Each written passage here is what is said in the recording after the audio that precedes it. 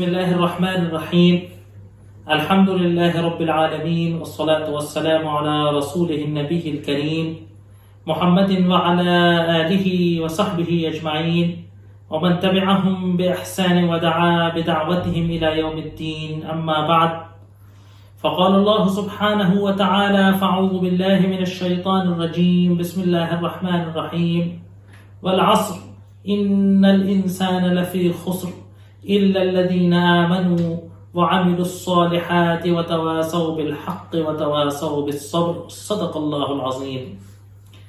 محترم ناظرین، السلام علیکم ورحمۃ اللہ وبرکاتہ. جیسا کہ آپ جانتے ہیں کہ الحمدللہ گزشتہ نشست کے اندر، اس سے پہلے والے لیکچر کے اندر سورہ تکاثر کے تعلق سے گفتگو پوری ہو گئی تھی، اور اللہ تبارک و تعالی نے توفیق دی تو لَتُسْأَلُنَّ يَوْمَئِذٍ عَنِ النَّعِيمِ کہ اللہ تبارک و تعالی نے جو نعمتیں ہم کو دی ہیں، جن نعمتوں سے اللہ نے ہم کو نوازا ہے، اور اللہ تبارک و تعالی کا ایک امتحان ہے، ایک اختبار ہے، ایک آزمائش ہے، ایک ہماری ٹیسٹنگ ہے کہ ہم اس دنیا کی زندگی کے اندر ان نعمتوں کا حق کس طرح سے ادا کرتے ہیں، ان نعمتوں کا تشکر کیسے کرتے ہیں، ان نعمتوں کا کیا استعمال کرتے ہیں. تو اللہ تبارک و تعالیٰ ان نعمتوں کے تعلق سے جس کو جس قدر نعمتیں دی گئی ہوں گی، اس سے اس نعمتوں کا حساب لیا جائے گا. اور آدمی یہ نہ سمجھے کہ لاکھوں کروڑوں ہزاروں ہزار روپیوں کی جائیدادوں کو اور مال و دولت کو اور بڑی بڑی لطف اندوزیوں کو ہی نعمت قرار دیا جاتا ہے، بلکہ تب سخت گرمی میں ٹھنڈے پانی کا، میٹھے اور ٹھنڈے پانی کا گھونٹ بھی اللہ کی طرف سے نعمت ہے. بھوک کی حالت میں ملنے والے 4 لقمے بھی اللہ کی طرف سے نعمت ہے. انسان کے جسم میں دی ہوئی وہ صلاحیتیں جو اللہ تبارک و تعالیٰ نے قدرتی طور سے ہر ایک کو دے رکھی ہیں، وہ بھی نعمت ہے. یہ ہوا جس کی ہم سانس پہ قیمت لیتے ہیں، بے صبح شام ہم اس کی سانس لیتے ہیں، اگر کسی آئی سی یو کے اندر ایک رات اس سانس کو خریدنا پڑ جائے تو کتنے کا بل بنتا ہے، ہمیں قدر ہوگی کہ کس قدر اللہ تبارک و تعالیٰ کی ہم پر نعمتیں ہیں. اللہ نے کہا لَتُسْأَلُنَّ يَوْمَئِذٍ عَنِ النَّعِيمِ، اس روز تم سے نعیم کے بارے میں پوچھا جائے گا. اب جو سورت ہم پڑھنے جا رہے ہیں، جس سورت کے تعلق سے گفتگو کرنے جا رہے ہیں، سورہ عصر کے تعلق سے، اور یہ سورت بھی مکی سورت ہے، اور یقیناً قرآن کے سورتوں کے اسی تسلسل کا ایک حصہ ہے کہ جو اسلامی عقیدے کو، جو توحید کے عقیدے کو انسانوں کے دلوں میں، دماغوں میں، مزاجوں میں اور فہم میں پیوست کرنے والی صورتیں ہیں. اگر یہ کہا جائے تو غلط نہیں ہوگا کہ قرآن کی شاید اہم ترین صورتوں میں سورہ عصر کا شمار ہوتا ہے. جیسا کہ کہا گیا کہ ہر صورت اپنے آپ میں ایک مکمل معجزہ ہے. مختصر چند 3 آیات پر مشتمل یہ صورت پوری صورت ہے، کیونکہ اس کے اندر ایک پورا مضمون اور ایک پورا موضوع ہے. اگر اس لحاظ سے دیکھا جائے کہ اس مختصر حجم کے باوجود، چند انگلی پہ گرنے والی آیات کے باوجود، چند مختصر سے الفاظ و فقروں پر مشتمل ہونے کے باوجود، اس کی جو اہمیت ہے، اس کی جو معنویت ہے، اس کی جو روحانی طاقت ہے، اس کے اندر جو میسج دیا گیا ہے، جو مضمون بیان کیا گیا ہے، اس کے اعتبار سے اگر دیکھا جائے تو شاید یہ کہنا غلط نہیں ہوگا کہ سورہ عصر شاید قرآن کی سب سے اہم ترین صورت ہے. اگرچہ کہ قرآن کی کسی صورت کو یا قرآن کی کسی آیت کو یا قرآن کے کسی حصے کو اہم ترین کہنے کا مطلب ہرگز یہ نہیں ہوتا کہ قرآن کے کوئی اور حصے یا قرآن کی کچھ دیگر آیتیں غیر اہم ہیں، ہے نا. یہ تو قرآن سارا کا سارا ایک لیول کا ہے. تنزیل من العزیز الحمید، اللہ تبارک و تعالیٰ کی تنزیل ہے. سارا قرآن کا ایک ایک حرف جو ہے، ایک ایک لفظ، ایک ایک آیت ہدایت کا سامان ہے. لیکن سمجھانے کے لیے، مفہوم اور معانی کو اخذ کرنے کے لیے علماء، مفسرین حضرات لکھتے ہیں کہ یہ اہم ترین آیت ہے، یہ اہم آیات میں سے. امام شافعی رحمۃ اللہ علیہ نے لکھا ایک جگہ کہ لَكَفَتْهُمْ، سورہ عصر ایک ایسی صورت ہے کہ اگر لوگ خالی صرف اس صورت پر تدبر کر لیتے، ایسا تدبر کہ جو تدبر کیا جانا چاہیے، ایسا اخذ کہ جو اخذ کیا جانا چاہیے، اگر لوگ سورہ عصر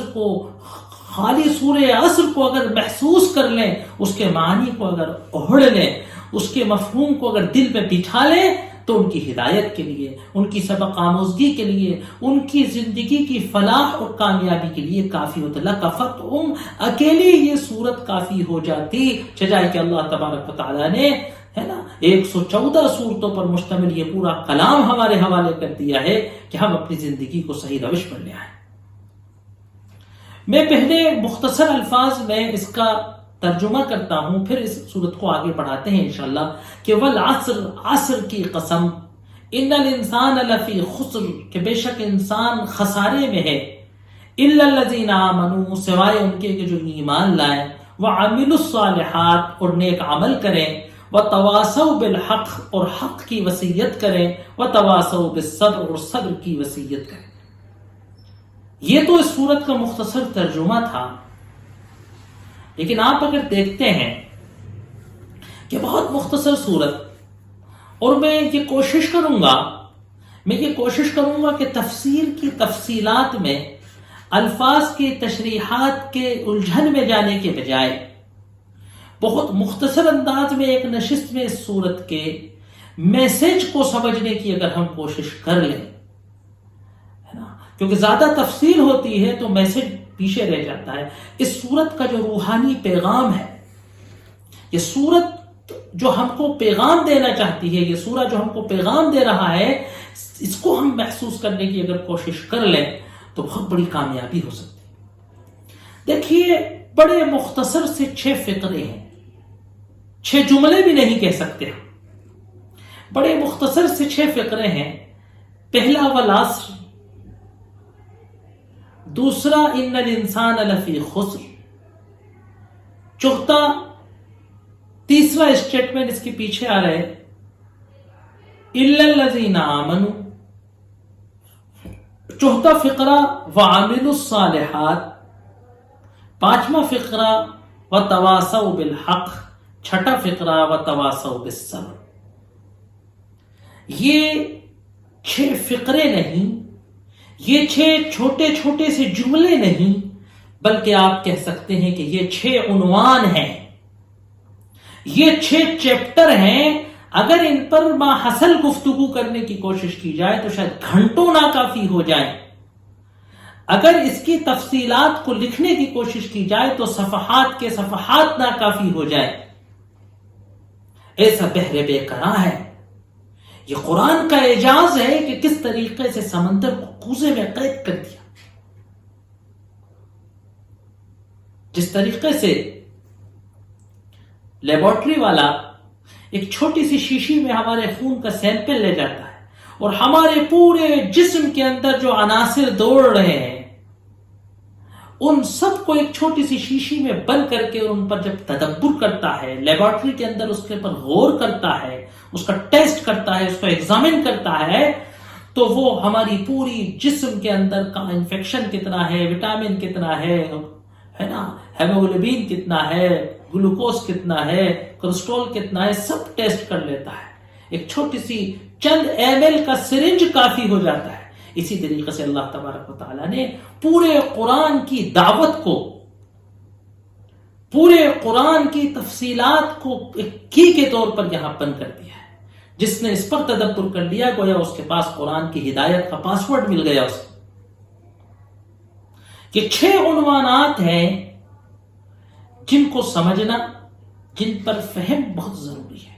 جیسے کہ میں نے ابھی امام شافعی کے قول کی طرف اشارہ کیا تھا کہ جس کو یہ صورت، جس کے دل کو چھو جائے، جیسے کچھ چیزیں ہوتی ہیں نا جیسے روک بن جاتی، ہم جس طریقے سے عشق کی کہانیوں میں، ناولوں میں اور معاشقے کی کہانیوں میں پڑھتے ہیں کہ کوئی ریگستان میں، جنگل کے اندھیرے کے اندر کوئی گھنگرو کی آواز سنتا ہے، پائل کی چھنکار سنتا ہے، اور صاحب جھنکار کو دیکھتا بھی نہیں ہے اور اس کا دل اس کی محبت سے چھو جاتا ہے، وہ اس کے لیے مر مٹنے کو، فنا ہو جانے کو، اپنے آپ کو اس پر مٹانے کو تیار ہو جاتا ہے، دیکھے بغیر عشق ہو جاتا ہے. ایسا ناول نگار تصور کیا کرتے ہیں. بس یہی ہے کہ کوئی چیز دل میں گھر کر جائے، کوئی چیز دل پر چھا جائے، بس پھر نگاہ بھی اسی کی، کلام بھی اسی کا، زبان بھی اسی کی، ہاتھ بھی اسی کے، پیر بھی اسی کی، ہے نا، سب کچھ اسی کا.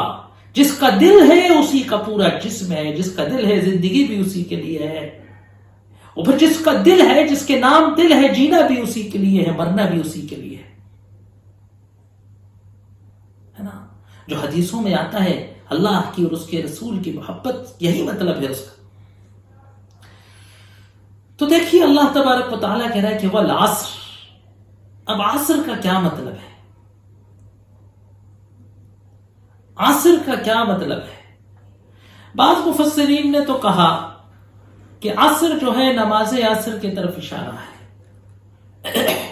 اتنی اہم نماز ہے کہ قرآن میں کہا گیا کہ حافظوا علی الصلوات والصلاۃ الوسطی، نمازوں کی حفاظت کرو.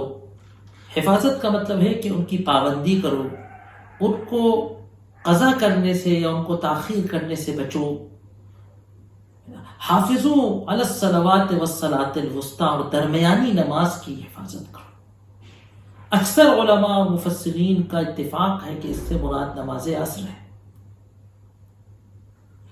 ایک اور نماز عصر کی خصوصیت ہے کہ روایتوں میں آتا ہے کہ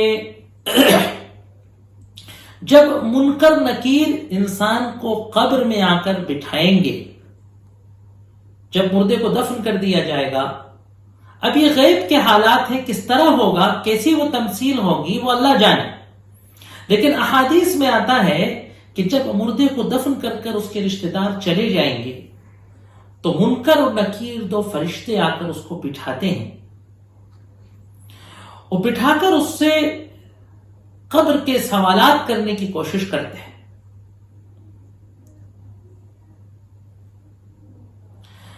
سوال کرتے ہیں. جس وقت وہ اس کو بٹھاتے ہیں تو مردے کو ایسا نظر آتا ہے کہ جیسے سورج ڈوبنے والا ہے، سورج ڈوبنے کے قریب ہے. حدیث میں آتا ہے کہ جو نماز کا پابند ہوتا ہے وہ فرشتوں سے کہتا ہے کہ چھوڑو ابھی تو میری نماز قضا ہو جائے گی. یہ پہلا اختبار، یہ آخرت کے سفر کا پہلا امتحان ہوتا ہے کہ نماز کے پابند آدمی کو اس شام کے اس نظارے کو دیکھ کر یہ فکر ہوتی ہے کہ کہیں میری نماز نہ چھوٹ جائے. یہ ہماری عادت ہونا چاہیے. یہ نہیں ہونا چاہیے کہ نگاہ کھلی تو ارے میرا موبائل کہاں ہے، ارے میری بس چھوٹ جائے گی، ارے میری دکان بند رہ گئی. سب سے پہلے بستر پر جب نیند کھلے، گھڑی کی طرف نگاہ جائے تو یہ فکر ہونا چاہیے کہ ارے نماز قضا ہو جائے گی. تو یہ صلاۃ عصر کی بڑی اہمیت ہے. بعض علماء نے کہا کہ اس سے مراد نماز عصر کا وقت ہے. عصر کہتے ہیں دن کے آخری حصے کو. اور جو راجح قول ہے کہ عربی زبان میں عصر کہتے ہیں، ہے نا، قضیت معہ عصرا، میں نے ان کے ساتھ ایک زمانہ گزرا ہے، تو عصر کہتے ہیں زمانے کو. اور والعصر، زمانے کی قسم، اس سے مراد زمانہ ہے جو وقت ہے. اس قسم میں بڑی اہمیت ہے. یہ جو کچھ دنیا کا وجود ہے وہ زمانہ ہے. یہ جو لمحات کا گزرنا یہ زمانہ ہے. لمحات کے مجموعے کا نام زمانہ ہے، اور اس کے گزرنے کا مطلب ہماری زندگی کا فنا کی طرف جانا. اللہ تبارک و تعالیٰ بڑی اہم قسم کھا رہا ہے، زمانے کی قسم کھا کے ہم کو زمانے کی اور وقت کی قیمت یاد دلا رہا ہے کہ زمانہ گواہ ہے اس بات کا، تاریخ گواہ ہے اس بات کی کہ جس نے وقت کا صحیح فائدہ نہیں اٹھایا، جس نے چلتے ہوئے لمحوں کا ساتھ نہیں دیا، تو اگلی بات اس کے لیے آ رہی ہے کہ نل انسان لفی خسر، کہ وہ نقصان اٹھانے والا ہوگا، وہ خسارے والا ہوگا۔ کہ والعصر، زمانے کی قسم۔ اللہ تبارک و تعالیٰ نے اپنی کتاب کے اندر گزشتہ زمانے کے واقعات سنائے، انبیاء کے حادثات و واقعات سنائے ہیں، انبیاء کے قصے سنائے ہیں، تاکہ ہم زمانے سے عبرت حاصل کریں۔ قل سیروا فی الارض فانظروا کیف کان عاقبۃ المکذبین۔ اللہ نے کہا کہ اے نبی کریم صلی اللہ علیہ وسلم کہہ دیجئے، اے نبی سیروا فی الارض، گھومو پھرو زمین میں، کائے کے لیے؟ تفریح کے لیے، سیر سپاٹے کے لیے، انجوائے کے لیے۔ مغربی تہذیب نے ایک تصور پیش کیا کہ صاحب لائف کو انجوائے کیجیے، کیونکہ یہ منکرین آخرت کا تصور تھا۔ ان ہی الا حیاتنا الدنیا نموت ونحیا۔ کفار قریش کہتے تھے کہ یہ نہیں ہے صرف ہماری یہی زندگی، دنیا کی زندگی، نموت ونحیا، اسی میں ہم جیتے ہیں، اسی میں ہم مرتے ہیں۔ وما یہلکنا الا الدہر، ہمیں نہیں ہلاک کرتا، ہمیں نہیں پوسیدہ کرتا، ہمیں نہیں پارینہ کرتا سوائے زمانے کے کوئی۔ اللہ کی قدرت کو، اللہ کے خالقیت کو، اللہ کے فیصلوں کو نہیں مانتا، کافر کی یہ شان ہوتی۔ مومن کو یاد دلایا گیا ہے کہ زمانے کی ایک اہمیت ہے۔ زمانے کے بارے میں ایک بہت اہم بات کہ زمانہ 3 اجزاء پر مشتمل ہوتا ہے۔ ایک ماضی ہے، ایک حال ہے، ایک مستقبل ہے۔ ماضی کہتے ہیں پاسٹ کو، گزرے ہوئے زمانے کو، حال کہتے ہیں پریزنٹ، موجودہ زمانے کو، اور مستقبل کہتے ہیں فیوچر کو۔ آج آپ نے آج کے دور میں اسکول کے اندر، کالج کے اندر، نوکری کے اندر مختلف کونسلروں کی زبانوں سے مختلف جو فیوچر گائیڈ کرتے ہیں کانسلروں سے سنا ہوگا۔ ایک لفظ فیوچر آپ نے اتنا سنا ہوگا کہ شاید آپ اس کا مطلب بھی بھول گئے ہو۔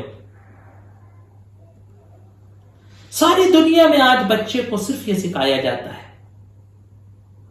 بچے کو یہ سکھایا جاتا ہے کہ فیوچر تمہاری زندگی کا مقصد ہے، اس کے لیے تم اپنا سب کچھ کھو سکتے ہو، اس کے لیے تم اپنے اخلاق کھو سکتے ہو، اس کے لیے تم اپنے معیار کھو سکتے ہو، اس کے لیے تم اپنی روایات کھو سکتے ہو، تم اس پر اپنے رشتے قربان کر سکتے ہو، تم اس پر اپنے خاندان قربان کر سکتے ہو، تم اس کے لیے والدین چھوڑ سکتے ہو، تم اس کے لیے وطن اور گھر بار قربان کر سکتے ہو۔ فیوچر ہی تمہارا اصل مستقبل ہے، تمہاری زندگی کا مقصد حیات ہے۔ لیکن سوال یہ ہے کہ کس فیوچر کی بات ہو رہی ہے؟ اس فیوچر کی بات ہو رہی ہے کہ جس کے نہ آغاز کا پتہ ہے نہ انتہا کا پتہ ہے۔ ممکن ہے فیوچر کیا ہے کہ ساری محنتوں کا پھل ملنا فیوچر ہے۔ جو کچھ ہم نے ماضی میں سیکھا، جو کچھ ہم نے گزرے ہوئے وقت میں کمایا تھا، آج ہم اس کا فائدہ اٹھا رہے ہیں۔ کسی نے کاریگری سیکھی تھی، وہ کاریگری کر رہا ہے، کسی نے لکھنا سیکھ لیا تھا تو وہ آگے مزید لکھ رہا ہے۔ اور جو کچھ ہم آج کر رہے ہیں، جو کچھ بچپنے میں سیکھا تھا اس سے آج کما رہے ہیں، اور جو کچھ آج کما رہے ہیں اس سے جو ہے مستقبل میں فائدہ اٹھائیں گے فیوچر میں۔ یہی زمانے کا کنسیپٹ ہے کہ ایک تسلسل ہے، ماضی کے اوپر ماضی کی سیڑھی پہ حال رکھا ہوتا ہے اور حال کے زینے پہ مستقبل یعنی فیوچر رکھا ہوتا ہے۔ اب ایک سوال اگر میں کہوں، آپ ایک غور کیجئے گا، صرف یہ سوال ایک لمحہ فکریہ آپ کو دیتا ہوں کہ کیا آپ کو یہ گوارا ہے کہ آپ 30 35 40 50 55 سال آپ محنت کریں، آپ بھوکے رہیں، پیاسے رہیں، کئی کلومیٹر آپ پیدل چل کے اسکول و کالجوں کی خاک چھانیں، کمپنیوں میں جائیں، نوکریاں کریں، 18 20 گھنٹے آپ جاب کریں، 50 45 50 40 45 50 55 60 سال تک جا کے آپ اپنا گول حاصل کریں۔ کسی کا مقصد تھا کہ میں وزیر اعظم بنوں، کسی کا مقصد تھا کہ میں حکومت حاصل کروں، کسی کا مقصد تھا کہ میں دولت حاصل کروں، کسی کا گول تھا کہ میں دنیا کا سب سے امیر انسان بنوں۔ اگر ہم یہ مان لیں کہ آپ اپنے گول کو حاصل کر بھی لیتے ہیں، تو کیا 50 55 سال محنت کری اور 2 سال 4 سال 5 سال 10 سال 15 سال اس فیوچر کا مزہ لیا اور پھر ختم ہو گئے؟ کیا آپ کا دل گوارا کرتا ہے کہ ماضی اور حال کے بعد جو مستقبل ہو وہ اتنا کم ہو؟ ہم یہ سوچے تھے کہ ہمارا ماضی 50 سال کا ہے، 40 سال کا ہے، ہمارا حال ابھی چل رہا ہے اور مستقبل 10 سال کا ہے، وہ مستقبل کی جس کی عمر نہیں معلوم۔ یقیناً ہمارا وہ ماضی کے جو 50 60 70 سال کا ہو اور مستقبل کے جو کبھی نہ ختم ہو آخرت کی زندگی، یہ ہمارا فیوچر ہونا چاہیے۔ اسی لیے قرآن نے کہا فَفِي ذَلِكَ فَلْيَتَنَافَسِ الْمُتَنَافِسُونَ۔ جدت کی تصویر کشی کرنے کے بعد قرآن نے کہا کہ یہ ہے کہ جس کے لیے ہوڑ لگانے والے ہوڑ لگائیں، یہ ہے کہ جس میں کمپٹیشن کرنے والے کمپٹیشن کریں، یہ ہے کہ جس کو لوٹنے والے لوٹنے کی مارا ماری کریں، یہ ہے کہ جس کے لیے مارا ماری ہو، یہ ہے کہ جس کے لیے دوڑ بھاگ ہو، یہ مستقبل ہے کہ جس کے لیے ماضی کی اور حال کی ہر چیز قربان کی جا سکتی ہے۔ 50 سال تکلیفیں اٹھائیں اور 10 سال مزے کیے، کوئی عقل مندی نہیں ہے نا۔ عقل مندی یہ ہے کہ ساری عمر تکلیفیں اٹھائیں اس چیز کو حاصل کرنے کے لیے کہ جس کا مزہ کبھی نہ ختم ہو۔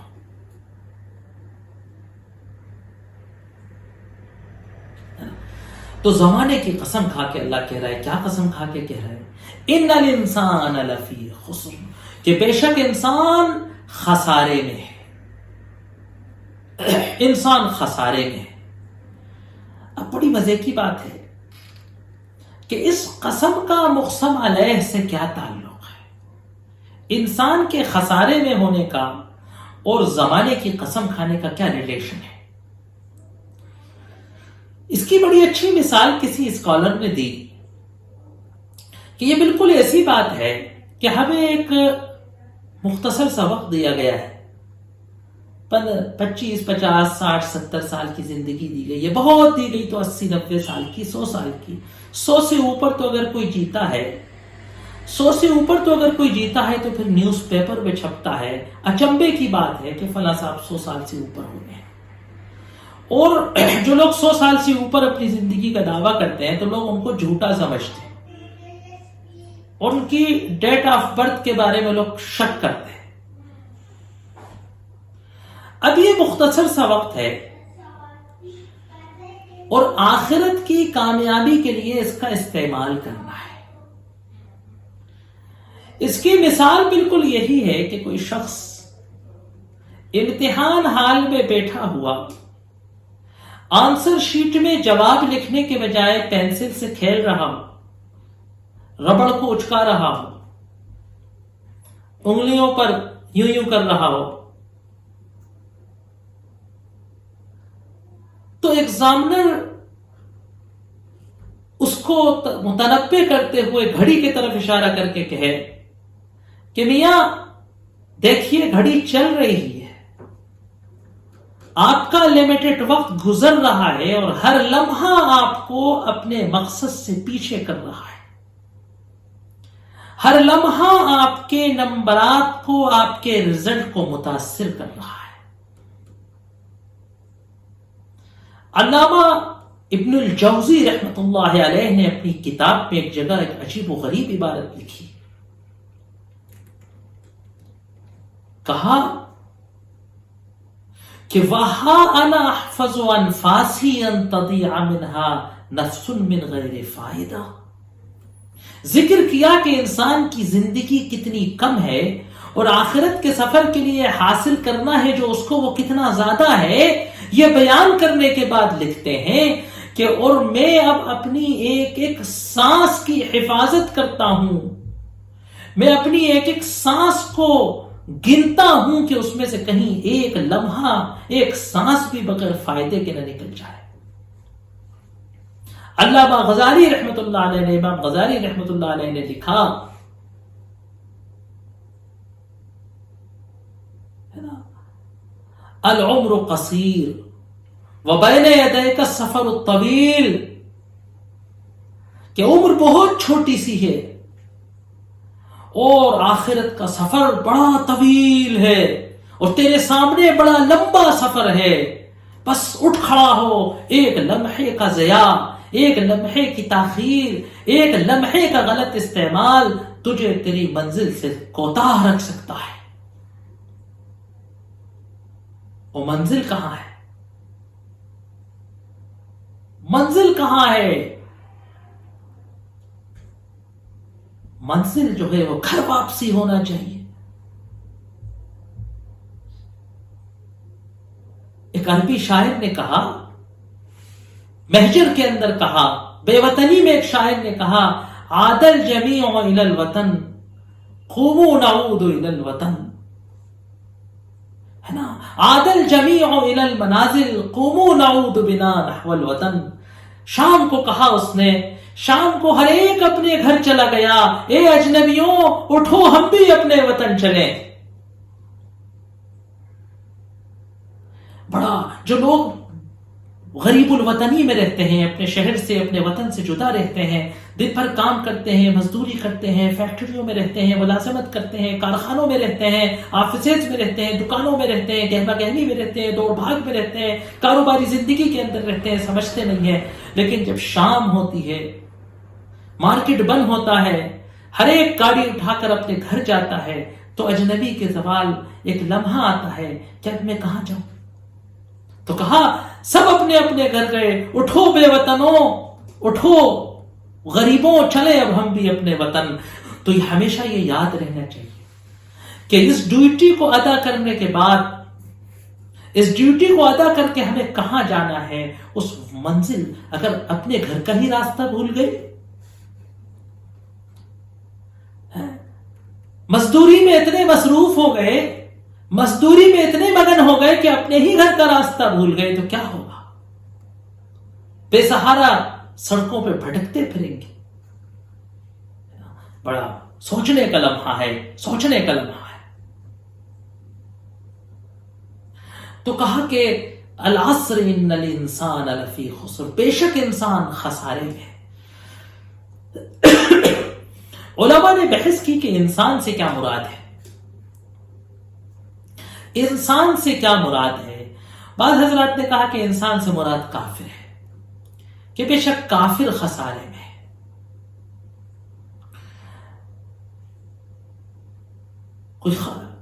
بعض حضرات نے کہا کہ نہیں، یہ الف لام میم، یہ الف لام جو ہے یہ استغراق جنس کا ہے، کہ جنس انسان خسارے میں ہے.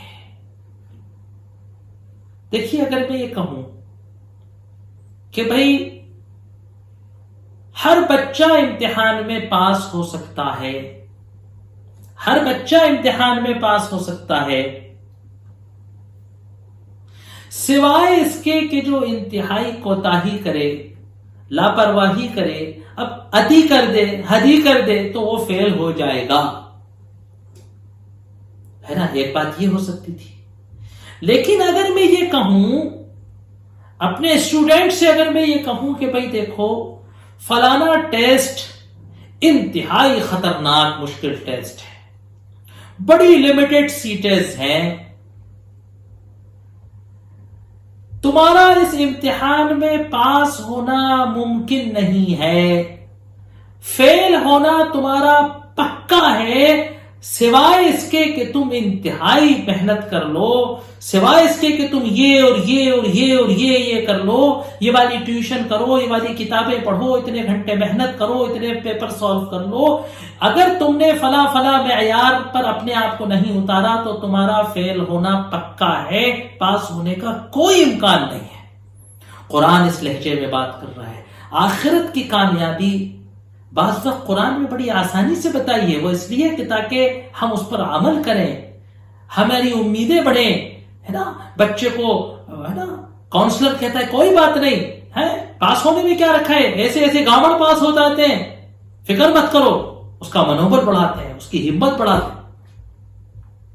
لیکن اصل معاملہ کیا ہے کہ جنت مذاق، جنت حاصل ہونا مذاق نہیں، آخرت کے امتحان کی کامیابی کوئی مذاق نہیں، یہ دنیا کی زندگی کوئی کھلواڑ نہیں کہ ہم اس دنیا کو سمجھے بغیر، اس زندگی کے مقصد و غرض کو سمجھے بغیر ہم اس امتحان کو گزار دیں، ہم بغیر تیاری کے، بغیر سلیبس کو دیکھے ہوئے، بغیر امتحان کی خطرناکی کو سمجھے ہوئے ہم اس میں کود جائیں، کیا نتیجہ ہو؟ تو اللہ کہہ رہے ہیں کہ والعصر ان الانسان لفی خسر، زمانے کی قسم، گزرتے ہوئے لمحوں کی قسم، ضیاع ہونے والے منٹوں کی قسم، کہ جس نے وقت کو نہیں سمجھا، جس نے وقت کی نزاکت کو نہیں سمجھا، جس نے وقت کے صحیح استعمال کو نہیں سمجھا، لفی خسر، وہ خسارے میں رہے گا۔ الا الذین آمنوا، سوائے ان کے کہ جو ایمان لاتے ہیں، نیک عمل کرتے ہیں، تواصی حق کی وصیت کرتے ہیں اور صبر کی وصیت کرتے ہیں۔ انشاءاللہ اللہ تبارک و تعالی نے موقع دیا تو ان 4 عناصر پر، یہ عناصر اربعہ، یہ 4 پوائنٹ ہیں کہ جو اللہ تبارک و تعالی نے کہا ہے کہ گارنٹیڈ، ٹھپا لگی ناکامی، ٹھپا لگا خسارہ، ٹھپی لگی ناکامی جو مقدر ہے انسان کا اگر اس نے غفلت برتی۔ یہ 4 فارمولے ہیں کہ جو اس غفلت سے، جو اس ناکامی سے بچا سکتے ہیں، جس کا سورہ تکاثر میں ذکر ہے، جس کا سورہ قارعہ میں ذکر ہے، جس کا سورہ تکاثر میں ذکر ہے نا۔ تو انشاءاللہ ان 4 عناصر پہ گفتگو کریں گے۔ وآخر دعوانا ان الحمدللہ رب العالمین۔